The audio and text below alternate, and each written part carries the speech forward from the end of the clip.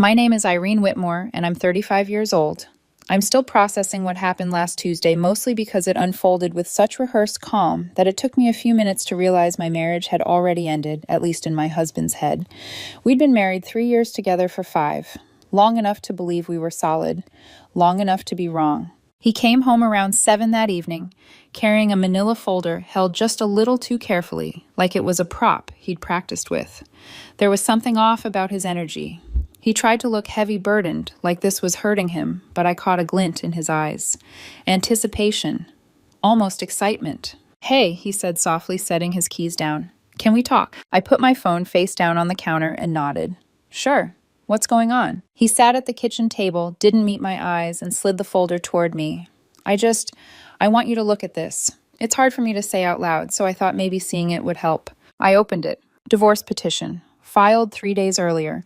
Both our names, case number, asset division proposals, supporting documentation, thorough, aggressively thorough. So I said after a moment, keeping my voice neutral, "This is happening." "Well, it doesn't have to be exactly like this," he rushed in. "I just wanted to show you what it could look like so we can talk it through like adults. No lawyers, no drama, just us deciding what's fair." Fair. His proposal had him keeping the house I'd put the down payment on, half my retirement accounts, 2 years of spousal support, and the new SUV we'd bought 6 months ago. I'd walk away with my older sedan and maybe 30% of our shared assets. "This is very detailed for a hypothetical discussion," I said. "I just wanted to be prepared," he replied. "Show you I'm serious about handling this maturely." I nodded, slowly reached into the tote bag I'd dropped by the door when I came home from work and pulled out my own folder. I placed it neatly on top of his. "Interesting timing," I said, "because this is what our divorce actually looks like." His confusion was immediate. Then the color drained from his face as he opened it. Filed 9 days ago. Properly served to his office 4 days later. Signed receipt included. You already filed," his voice cracked.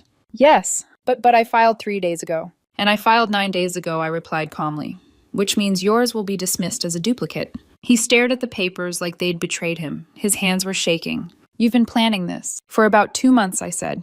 "Getting my finances in order, finding a lawyer, documenting everything."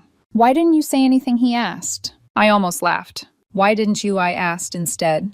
"You filed paperwork with the court and tried to present it as a conversation." "That's different," he said weakly. I was trying to be civil. "No," I corrected. "You were trying to control the outcome." Silence stretched between us, thick and final. "What does yours say?" he asked finally. "Standard equitable distribution," I replied. "House goes on the market. We split proceeds minus my down payment. Retirement accounts split fairly. No spousal support. You keep your car. I keep mine." "That's not fair," he snapped. I met his eyes for the first time that night. "It's fair. It's just not convenient for you." He stood abruptly, grabbed his folder. "This isn't over." "No," I said quietly. "It is." He stormed upstairs. I ordered pizza and watched television oddly calm. Around 11, he came back down, eyes red, voice small. "Can we at least talk about why?" I shrugged. "Same reason you filed, I guess. We're not happy." "We could try counseling." "You don't file divorce papers if you want counseling," I said. "You file them when you want leverage." He looked at me like I was a stranger. Maybe we both were. That night I slept in the guest room. I've been there ever since. The entitlement didn't creep in slowly. It arrived like it had been waiting just outside the door, pacing impatient for permission. The morning after the folder incident, I was in the kitchen making coffee when the front door opened without a knock. I looked up just in time to see my husband's older sister step inside, keys already in hand, confidence radiating off her like she owned the place. She didn't bother with pleasantries. She didn't even pretend surprise at seeing me. "We need to talk," she said, crossing her arms. I flipped the kettle off and leaned against the counter. "About what?" "About how you're screwing over my brother." I blinked once slowly. "Good morning to you too." She stepped closer, voice rising. "You filed for divorce behind his back like some snake. He was trying to handle this maturely." I met her stare evenly. He filed first, 3 days before showing me. I filed 9 days before showing him. That's not maturity. That's just bad timing. "That's not the same," she snapped. "He wanted to discuss it." "He filed a legal petition with the court," I said. "That's not a discussion starter. That's a legal action." She scoffed. "You're being vindictive." "I'm being procedural." She didn't like that answer. None of them ever did. "You're going to withdraw your filing," she said, jabbing a finger toward me.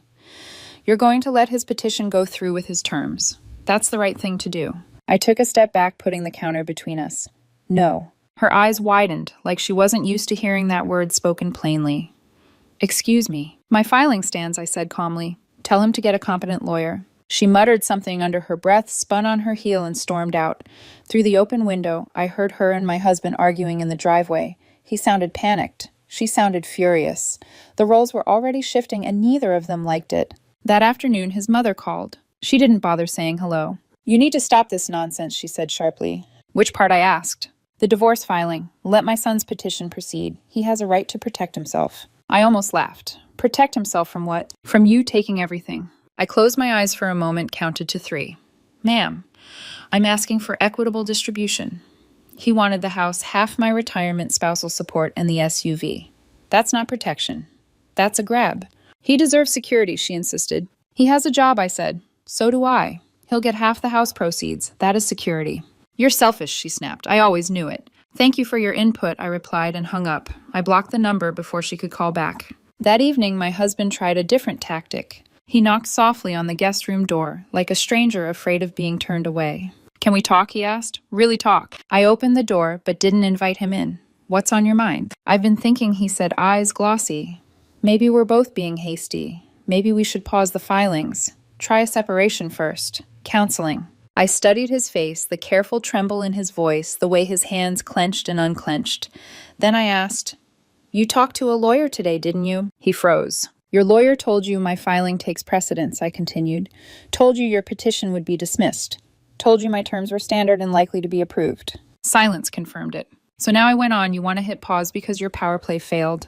That's not fair, he whispered. No, I said. What's not fair is filing paperwork behind my back and pretending it was a conversation. Tears slid down his face. Real or not, I couldn't tell anymore. We're not pausing anything, I said gently. We're done.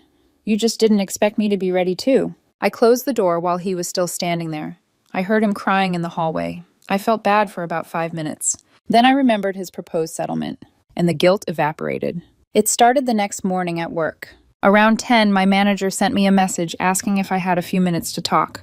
Nothing unusual in the wording, but my stomach tightened anyway. I stepped into her office, closed the door, and sat down. She looked uncomfortable the way people do when they've been put in the middle of something they never asked to be part of. I got a strange call yesterday, she said carefully. From your husband. My pulse kicked up. What did he say? She chose her words slowly. He said you've been under a lot of stress lately, that you might not be in a great headspace. He suggested we should keep an eye on you. There it was. Not an accusation, just an implication. The kind that plants doubt without ever taking responsibility for it. So he implied I'm unstable, I said. Not in those exact words, she replied quickly.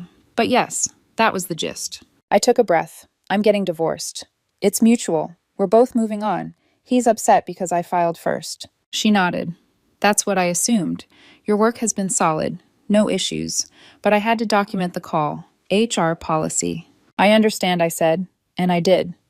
What I didn't understand was how easily he'd crossed that line. That night I changed the Wi-Fi password.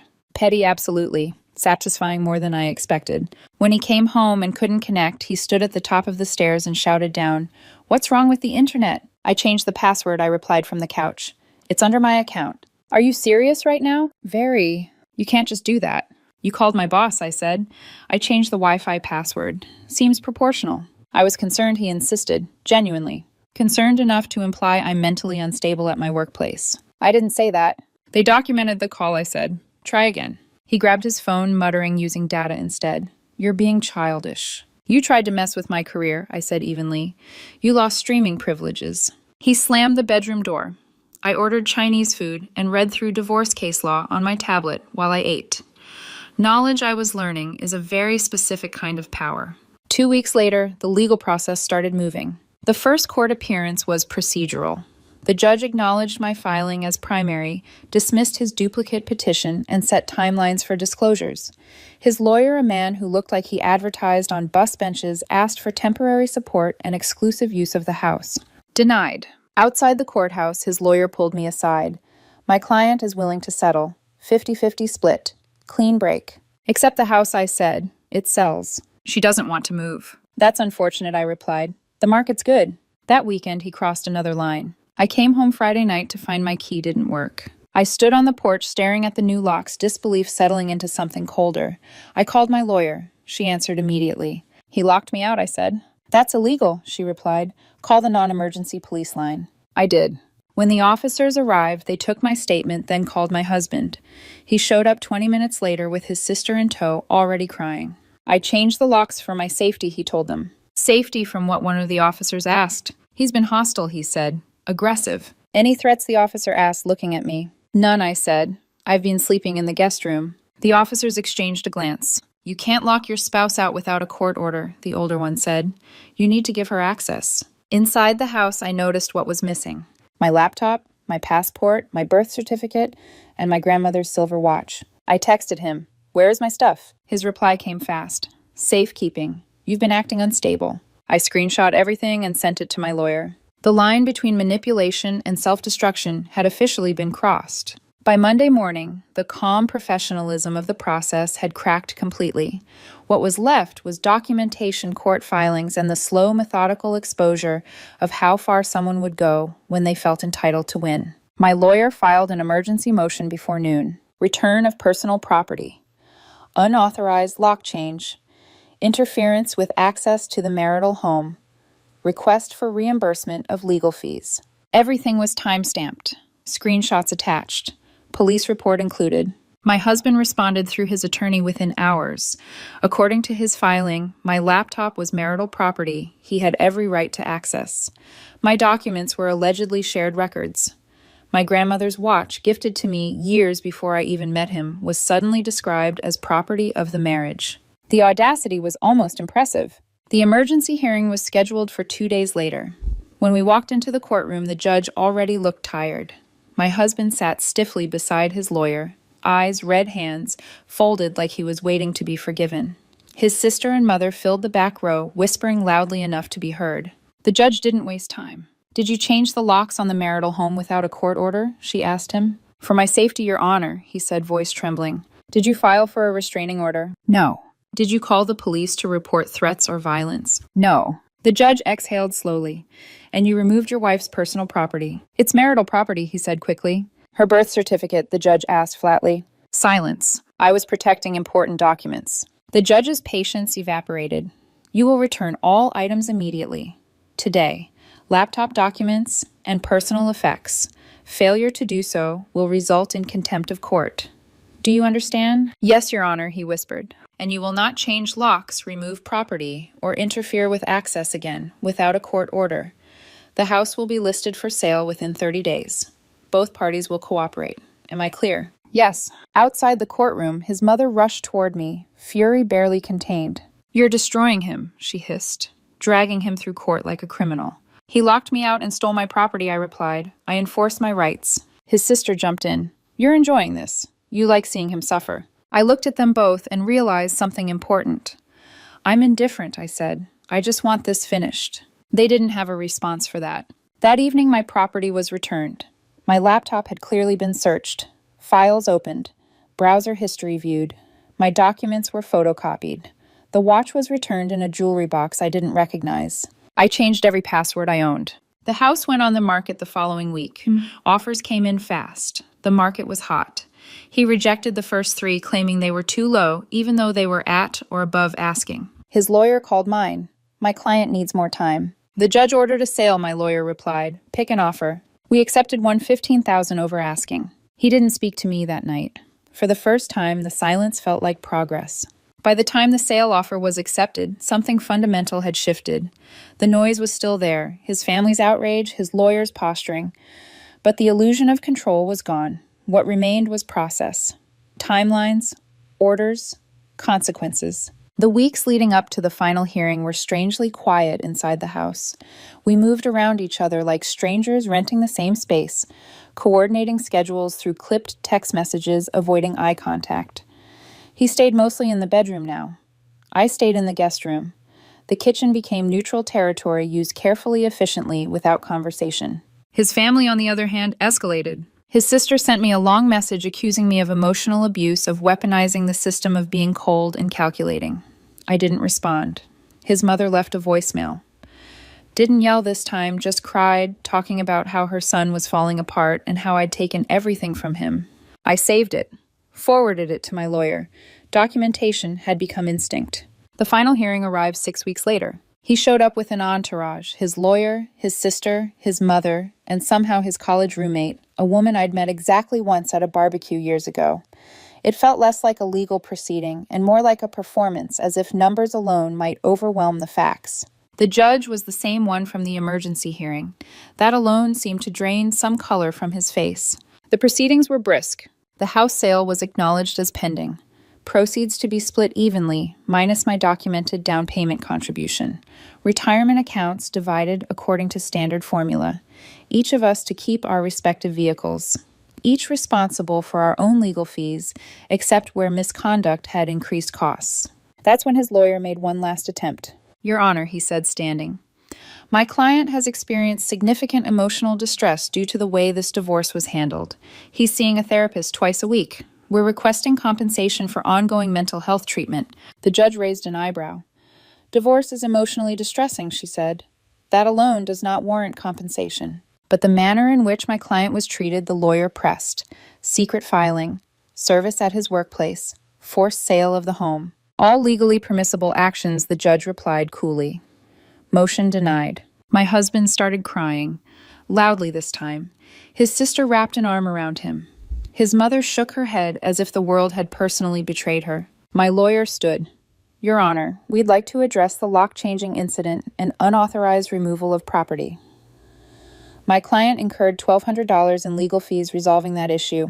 We request reimbursement." The judge flipped through her notes. "You changed the locks and removed property without authorization," she said to him. "Correct." "Yes," he whispered. "You filed no police reports, requested no restraining order, presented no evidence of threat." Silence. "You owe your wife $1,200, the judge ruled. Payment due within 30 days. That was it. 3 years of marriage reduced to 40 minutes of rulings. As we stood to leave, he turned to me, eyes red, voice shaking. "Can we just talk, please?" I looked at him. The man I'd married, the man who'd tried to ambush me with paperwork, manipulate the process, rewrite reality when it didn't go his way. "There's nothing left to say," I replied. The judge's words echoed in my head as I walked out. Try not to do anything stupid before then. It was almost over. The divorce was granted 3 days later. No ceremony, no drama, just signatures, timestamps, and a judge's final order turning a marriage into a closed case file. 3 years together, 5 if you counted everything that came before officially over, in less time than it took us to plan our wedding. Outside the courthouse, he caught up to me in the hallway. "Can we just talk for a minute?" he asked, breathless, like if he stopped walking, the moment might vanish. About what I asked already knowing the answer. About everything he said. How did we get here? I stopped and turned to face him. For the first time in weeks, I really looked at him. Not as my husband, not as my opponent, just as a man scrambling to rewrite the ending now that the credits were rolling. "We both wanted out," I said. "We both filed. I just did it first." "I didn't actually want a divorce," he blurted out. "I was protecting myself. I thought you were going to leave me." "That's not protection," I said quietly. "That's action." "I thought you were cheating," he said. "You were distant, always tired, always on your phone." "I wasn't cheating," I replied. "I was done pretending." He swallowed hard. "We could have worked on it." "You filed paperwork before talking to me," I said. "That's not someone who wants to work on things." His eyes filled again, real tears. This time unfiltered and messy. "I messed up," he said. "I got scared and did something stupid." "Yes," I said. "You did. Can't we start over?" he asked. "Date again. See if there's anything left." I thought about the lock change, the phone call to my boss, the stolen documents, the way his family had circled like I was the enemy. "No," I said simply. "This was over before either of us filed. We just didn't want to admit it." He reached for my arm. I stepped back. "The divorce is final," I added. "Move on. I am." Behind him, his sister glared, like she wanted to say something sharp, something cutting, something that might hurt enough to reclaim a little power. I didn't give her the chance. I walked away. For the first time in months, I didn't look back. The house closed 2 weeks later. Papers signed, funds transferred. The equity split exactly as ordered. My down payment returned first, then the remainder divided evenly. When the numbers landed in my account, I felt something unexpected, not triumph, not relief, but finality. The kind that settles deep in your chest and stays there quiet and immovable. I moved into a one-bedroom apartment downtown a few days after that. Smaller than the house, but lighter somehow. No echoes of arguments in the hallway. No tension clinging to the walls. I slept better almost immediately. No more walking on eggshells. No more forced dinners, pretending everything was fine. Work stabilized too. My manager and I actually laughed about the concerned phone call once everything was finalized. She told me off the record that HR gets at least a couple of those calls a year, spouses trying to weaponize worry when they run out of leverage. Hearing that stripped the moment of its power. It had never been about me. It had been about control. He didn't land as softly. He moved in with his sister temporarily.